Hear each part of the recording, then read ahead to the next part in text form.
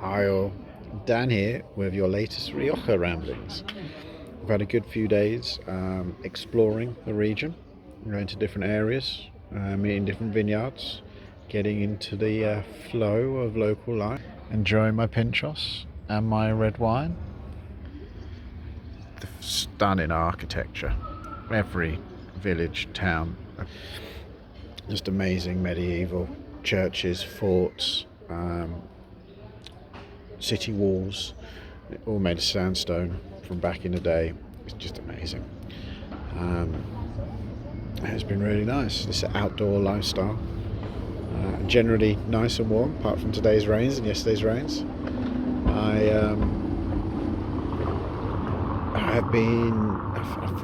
done really well.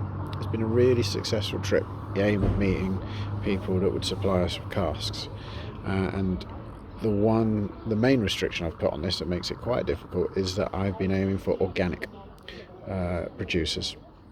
The reason being that they don't use many chemicals.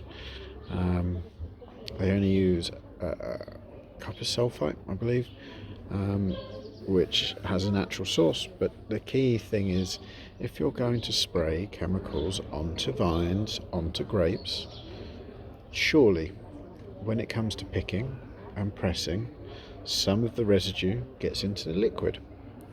Now, if some of the residue gets into the liquid, then when it's aged in a cask, then it will be sucked up into the wood, some of it, particularly if you are charring the casks, because that's a known filter and used around the world to clean water. It will filter out some of those chemicals.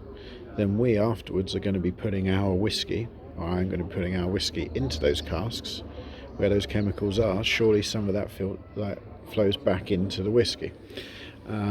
So I have found two vineyards that are both interested in supplying us with casks, and so watch this space. There's many other things, plates that need to turn. Big one is money, but none of this works without having the casks in place first and knowing we can get good casks to put the whiskey into. So now I've got that. We have more standard casks that we can use as well, but there's a couple of things I want to try out. And one of the things I learned, big shout out to Kez for sharing her love for white Rioja wines. I've tasted some amazing ones here, barrel aged. And so I was seeing, could I get a cask that had just been used on white Rioja? It turns out not, because once they use it on the white, they then use it on the red afterwards. So as they use them for about 5 years, a few months on the white, and then it goes into the red side of it. So that's not possible, but that was an interesting thought process, is tasting different ones, trying to figure out what styles of whiskey would match. But no, it's only red. Historically, red wine, Rioja, has been quite a polarising subject in Scotch aging because of the tannins. They can kind of take over, drying, not beneficial necessarily.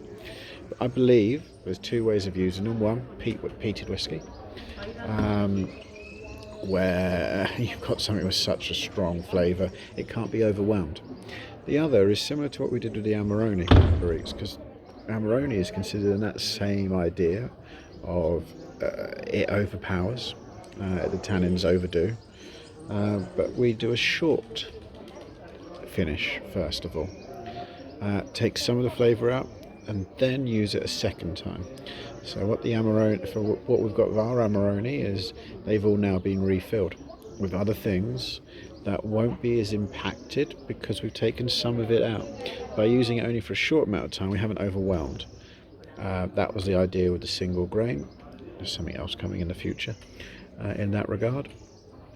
So yeah, this is what we're all considering, styles of whiskey, what we can put in them. And it's just an interesting thing to be doing for us, and it's planning for the future, and I mean the future, like 5-10 years ahead.